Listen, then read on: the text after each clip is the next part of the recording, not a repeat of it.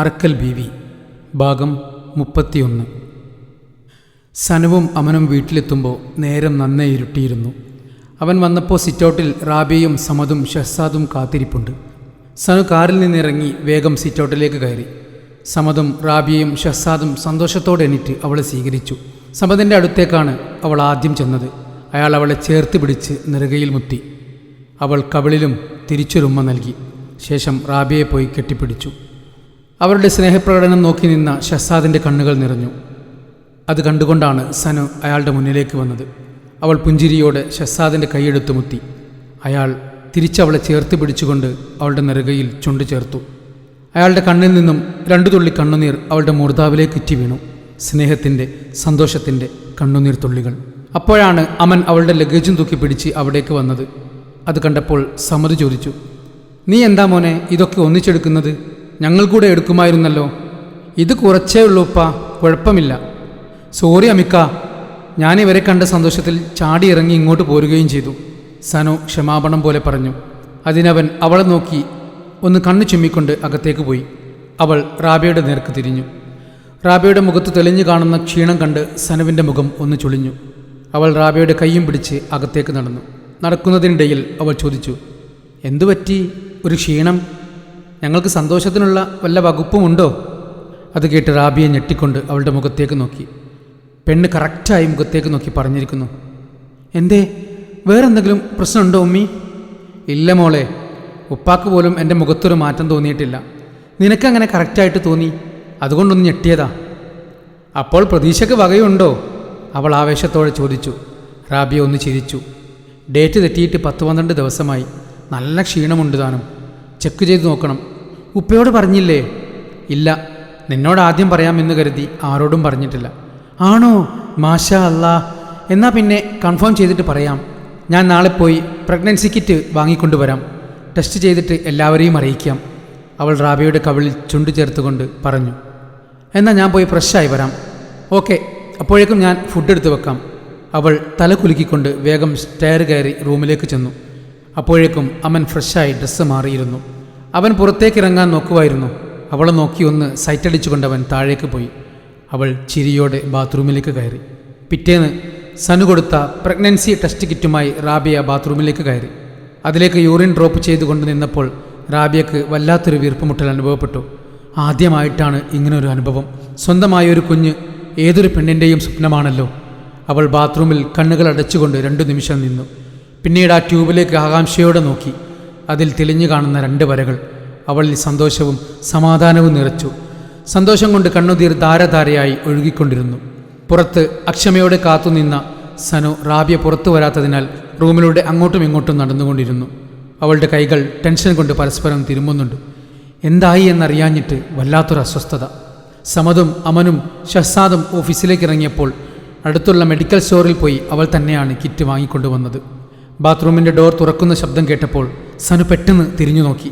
കരഞ്ഞുകൊണ്ട് വരുന്ന റാബിയെ കണ്ടു. ഒരു നിമിഷം അവളൊന്ന് സ്റ്റക്കായി നിന്നു. പിന്നെ അവരുടെ അടുത്തേക്ക് ഓടിയെത്തി. എന്തു പറ്റി ഉമ്മി? ഇപ്രാവശ്യമായില്ലെങ്കിൽ സാരമില്ല, ഇനിയും സമയമുണ്ടല്ലോ. ഉമ്മി കരയല്ലേ? അവൾ റാബിയുടെ കരഞ്ഞു കലങ്ങിയ കണ്ണുകളിലേക്ക് നോക്കിക്കൊണ്ട് പറഞ്ഞു. അപ്പോൾ റാബിയ അവളുടെ കയ്യിലേക്ക് ആ ടെസ്റ്റ് കാർഡ് വെച്ചു കൊടുത്തു. അതിൽ തെളിഞ്ഞു നിൽക്കുന്ന 2 വരകൾ കണ്ട് സനുവിൻ്റെ കണ്ണുകളും അത്ഭുതത്തോടെ വിരിഞ്ഞു. അവൾ ആവേശത്തോടെ റാബിയെ പുൽകി. ഉമ്മി, ഇത് സത്യമാണോ? സന്തോഷം കൊണ്ട് എനിക്ക് വീർപ്പ് മുട്ടുന്നു. നമുക്കിപ്പോൾ തന്നെ ഉപ്പാക്ക് വിളിച്ചു പറഞ്ഞാലോ? സനു ചോദിച്ചു. റാബിയ നാണത്തോടെ ചിരിച്ചു. എന്നിട്ട് തലയാട്ടി. സനുവും ആ ചിരി തന്നിലേക്ക് പടർത്തിക്കൊണ്ട് ഫോണെടുത്ത് സമദിൻ്റെ നമ്പറിൽ കോൾ ചെയ്തു. രാവിലെ തന്നെ വരുന്ന സനുവിൻ്റെ കോൾ കണ്ട് സമദ് അത്ഭുതപ്പെട്ടു. ആർക്കെങ്കിലും എന്തെങ്കിലും അസുഖം വന്നോ എന്നയാൾ ചെറുതായി ഒന്ന് ശങ്കിച്ചു പോയി. ഫോൺ എടുത്ത ഉടനെ, എന്താ സനു? സമദ് ചോദിച്ചു. അത് ഉപ്പാ, ഉമ്മയ്ക്ക് നല്ല ക്ഷീണം പോലെ, തീരെ വയ്യ. ഉപ്പ ഒന്ന് വരാമോ? നമുക്കൊന്ന് ഹോസ്പിറ്റലിൽ കൊണ്ടുപോയി നോക്കാം. അത് കേട്ട് സമദിനും റാബിയക്ക് 2-3 ദിവസമായി ഒരു ഉഷാറില്ലാത്തത് ഓർമ്മയിലെത്തി. ഇനി എന്ത് പറ്റിയോ ആവോ? അയാളൊരു നിമിഷം ചിന്തിച്ചു. ഞാൻ വേഗം വരാം മോളെ, അപ്പോഴേക്കും നിങ്ങൾ റെഡിയായി നിൽക്ക്. അയാൾ ഫോൺ കട്ട് ചെയ്ത് ധൃതിയിൽ അമൻ്റെ ക്യാബിനിൽ ചെന്ന് വിവരം പറഞ്ഞു പോകാനിറങ്ങി. അമന് തിരക്കായതിനാൽ അതിനെക്കുറിച്ച് ചിന്തിക്കാൻ സമയം കിട്ടിയില്ല. അവൻ വർക്കിൽ മുഴുകി. സമദ് വീട്ടിലെത്തുമ്പോൾ സനു സിറ്റൗട്ടിൽ തന്നെയുണ്ട്. അവളുടെ മുഖത്ത് നല്ല ചിരിയുണ്ടെങ്കിലും സമദ് അതൊന്നും ശ്രദ്ധിച്ചില്ല. അയാൾ ഏറിയ ടെൻഷനോടെ അകത്തേക്ക് കയറി. ഡ്രസ്സ് മാറി റൂമിലെ ബെഡിലിരിക്കുന്ന റാബിയയുടെ അരികിലേക്ക് ചെന്ന് സമദ് അവളുടെ കൈ പിടിച്ചു. ക്ഷീണമുണ്ടെങ്കിലും ആ മുഖത്ത് നിറഞ്ഞ ചിരിയുണ്ട്. എന്താ പെട്ടെന്ന് പറ്റിയത്? ഞാൻ രാവിലെ പോകുമ്പോൾ കുഴപ്പമൊന്നുമില്ലായിരുന്നല്ലോ, എന്താണിപ്പോൾ തോന്നുന്നത്?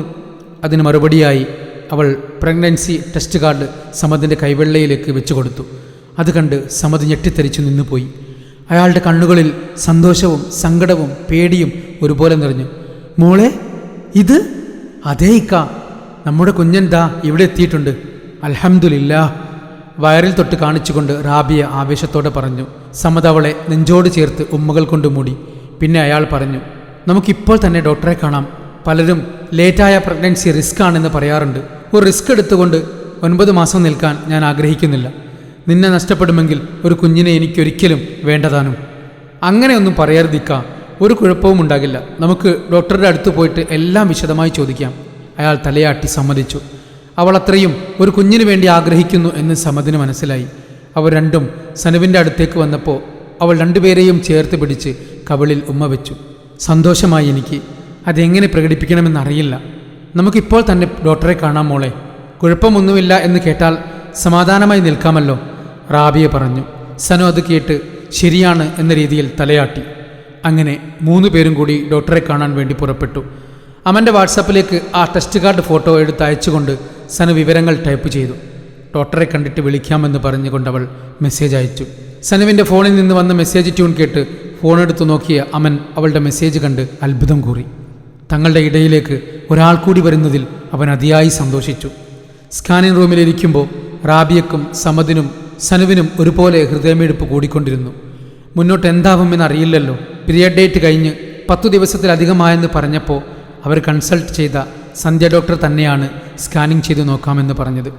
റാബിയയുടെ വയറിൽ ജെൽ തേച്ചു സ്കാനിംഗ് ചെയ്യുന്ന മെഷീൻ കൊണ്ട് ഡോക്ടർ നോക്കി തുടങ്ങിയപ്പോൾ തന്നെ ആകാംക്ഷയോടെ സ്ക്രീനിലേക്ക് 2 ജോഡി കണ്ണുകൾ ഉറ്റുനോക്കിക്കൊണ്ടിരിപ്പുണ്ട്.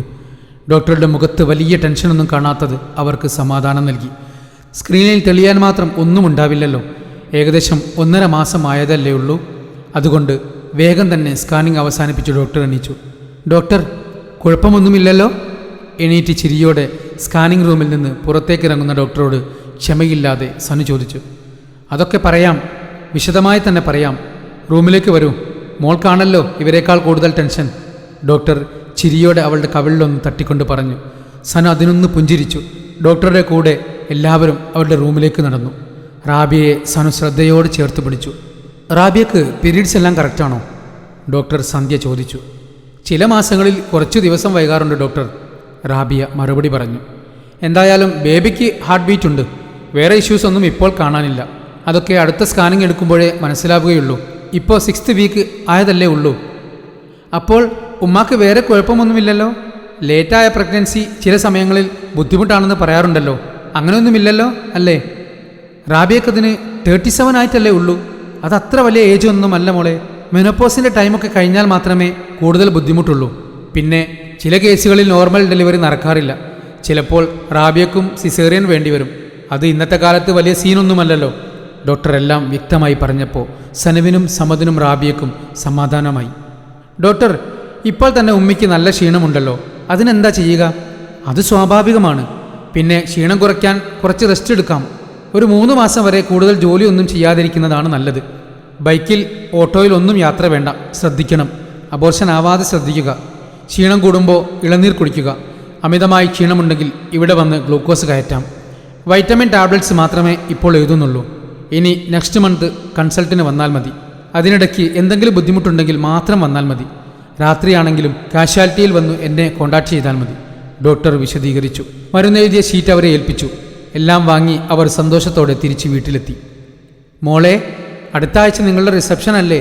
അപ്പോൾ നീ ഇനി അങ്ങോട്ട് നല്ല ബിസിയായിരിക്കും. ഇവിടെ വീട്ടിലെ ജോലികളെല്ലാം എടുക്കാൻ ആരെങ്കിലും കിട്ടുമോ എന്ന് നോക്കണം, സമദ് സനുവിനോട് പറഞ്ഞു. വേണം ഉപ്പാ, ഞാനത് അങ്ങോട്ട് പറയാനിരിക്കുകയായിരുന്നു.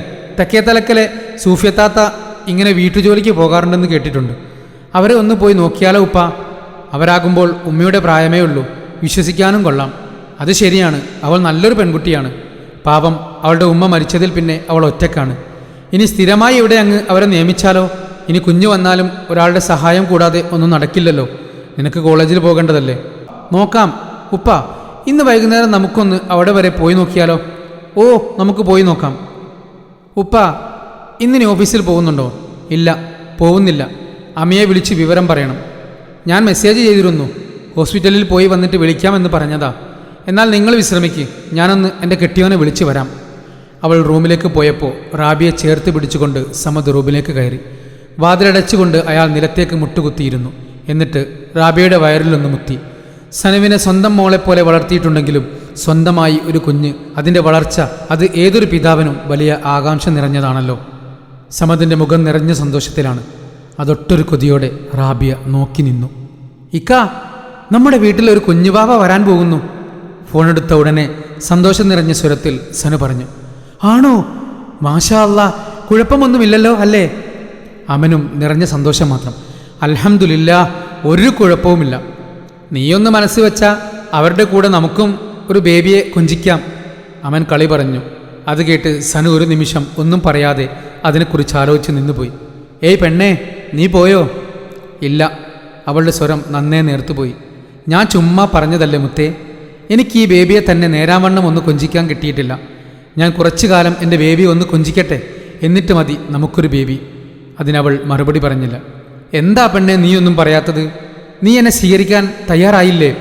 അങ്ങനെ ഒന്നുമില്ല ഇക്ക, ഞാൻ വെറുതെ ഓരോന്ന് ആലോചിച്ച് നിന്നുപോയതാ. ഉപ്പ ഇന്നിനി ഓഫീസിലേക്ക് വരില്ല എന്നാണ് പറഞ്ഞത്. നിങ്ങളോട് പറയാൻ പറഞ്ഞിട്ടുണ്ട്.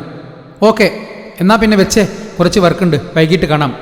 അവൻ ഫോൺ വെച്ചിട്ടും കുഞ്ഞിനെക്കുറിച്ച് പറഞ്ഞത് അവൾ ഓർത്തുപോയി. സ്വന്തമായി ഒരു കുഞ്ഞ് എല്ലാവരുടെയും സ്വപ്നം തന്നെയാണ്. ഇക്ക പറഞ്ഞ ആ നിമിഷം താനും അങ്ങനെ ഒരു കുഞ്ഞിന് വേണ്ടി കൊതിച്ചു പോയോ? അവളുടെ കവിളുകൾ ചെഞ്ചോ പണിഞ്ഞു. അവളുടെ കൈകൾ അറിയാതെ വയറിലൊന്ന് തടവിപ്പോയി. വൈകിട്ട് സമതും സനവും കൂടി സൂഫിയയുടെ വീട്ടിൽ ചെന്നു. അവൾക്കിപ്പോൾ കുറച്ച് ദിവസമായി എവിടെയും ജോലിയില്ലായിരുന്നു. ജോലിക്ക് വരാൻ പറഞ്ഞപ്പോൾ സന്തോഷത്തോടെ സമ്മതിച്ചു. നാളെ രാവിലെ എത്തിക്കോളാമെന്ന് പറഞ്ഞുകൊണ്ട് അവർ പിരിഞ്ഞു. വൈകുന്നേരം അമനും ഷസാദും ഓഫീസിൽ നിന്ന് വരുമ്പോൾ കേക്ക് വാങ്ങിക്കൊണ്ടുവന്നു. എല്ലാവരും കൂടി അത് മുറിച്ച് പരസ്പരം കഴിപ്പിച്ചു, സന്തോഷം പങ്കിട്ടു. സനു ഫൗസിയെ വിവരം ഫോണിൽ വിളിച്ചറിയിച്ചു. റാബിയുടെ വിശേഷം കേട്ടപ്പോൾ അവൾക്കും ഒരുപാട് സന്തോഷം തോന്നി. അന്ന് രാത്രി അറക്കൽ തറവാട്ടിൽ നിന്നും അമനെ തേടി ഉപ്പയുടെ വിളിയെത്തി. ഇനി റിസപ്ഷന് കുറഞ്ഞ ദിവസമല്ലേ ഉള്ളൂ, നാളെ തന്നെ ഡ്രസ്സ് എടുക്കാൻ പോകണം, അതിനുവേണ്ടി വിളിച്ചതാണ്. രണ്ടുപേരോടും രാവിലെ തന്നെ പുറപ്പെടാൻ അയാൾ ഓർമ്മിപ്പിച്ചു. ഇവിടുത്തെ വിശേഷം അങ്ങനെ അറക്കൽ തറവാട്ടിലും അറിഞ്ഞു. അവിടെ കല്യാണത്തിൻ്റെ ഒരുക്കങ്ങൾ തകൃതിയായി നടക്കുന്നുണ്ട്. പന്തലൊക്കെ സെറ്റായി കഴിഞ്ഞു. അറക്കൽ തറവാട്ടിലെ ഏക ആൺതരിയുടെ കല്യാണമാണല്ലോ. നാടടക്കി വിളിച്ചിട്ടുണ്ട്. അക്ബർ അലിയുടെ വീട്ടിൽ ഇതുവരെ ഇത്രയും വലിയ ഒരു പരിപാടി കഴിഞ്ഞിട്ടുമില്ല. മോശമാക്കാൻ പറ്റില്ലല്ലോ. അതുകൊണ്ട് തന്നെ എല്ലാവരും വലിയ സന്തോഷത്തിലാണ്. അൻവർ അലിയുടെയും അഷ്കർ അലിയുടെയും ഫാമിലി എല്ലാവരും തറവാട്ടിലെത്തി ചേർന്നിട്ട് 10 ദിവസത്തിലധികമായി. പെയിൻറ്റിങ്ങും അല്ലറ ചില്ലറ വീടിൻ്റെ മെയിൻ്റനൻസും അവർ നേരത്തെ കഴിപ്പിച്ചിരുന്നു. അമനും സനുവിനും വേണ്ടി അവരുടെ അണിയറയിൽ നല്ലൊരു മണിയറ തന്നെ ചമഞ്ഞൊരുങ്ങുന്നുണ്ട്.